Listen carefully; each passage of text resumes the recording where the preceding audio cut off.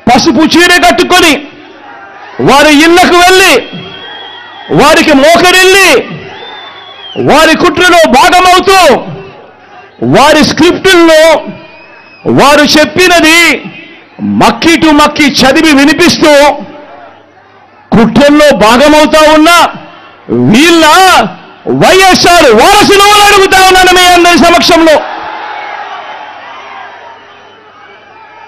వైఎస్ఆర్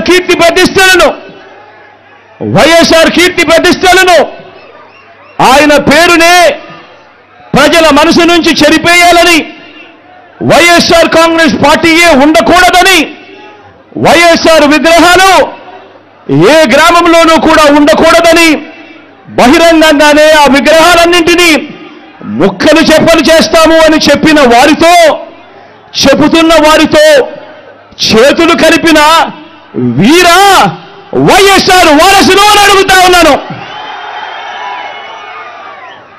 మరి ఇక్కడే ఆలోచన చేయమని అడుగుతా ఉన్నా. ఇలాంటి వారికి ఓటు వేస్తే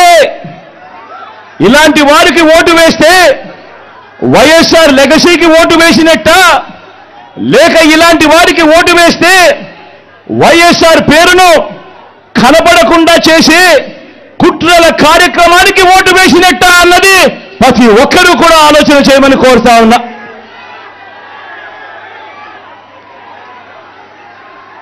ప్రతి ఒక్కరూ కూడా ఈ చెడిపోయిన రాజకీయ వ్యవస్థను చూడమని అడుగుతా ఉన్నా.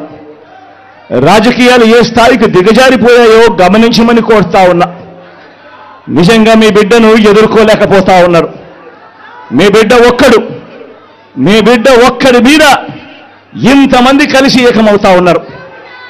ఒక చంద్రబాబు, ఒక ఈనాడు, ఒక ఆంధ్రజ్యోతి, ఒక టీవీ5, ఒక దత్తపుత్రుడు, ఒక బీజేపీ, ఒక కాంగ్రెస్, వీళ్ళందరికీ సరిపోరు అన్నట్టుగా నా ఇద్దరి చెల్లెమ్మలతో కుట్రలు కూడా చేస్తూ ఈరోజు రాజకీయాలు చేస్తా ఉన్నారు.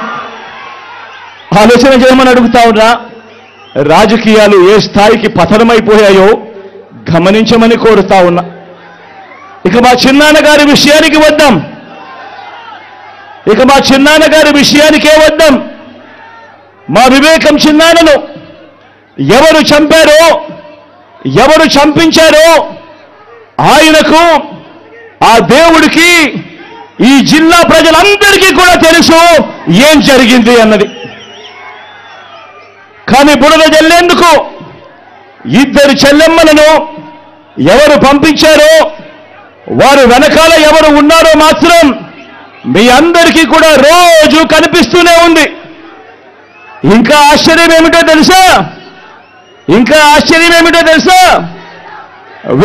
వివేకం చిన్నారను అతి దారుణంగా చంపి, అవును నేనే చంపాను అని అతి హేయంగా బహిరంగంగా చెప్పుకుంటూ తిరుగుతున్న ఆ హంతకుడికి మద్దతు ఇస్తున్నది ఎవరు? మీరే రోజు చూస్తున్నారు కదా అని అడుగుతా ఉన్నాను.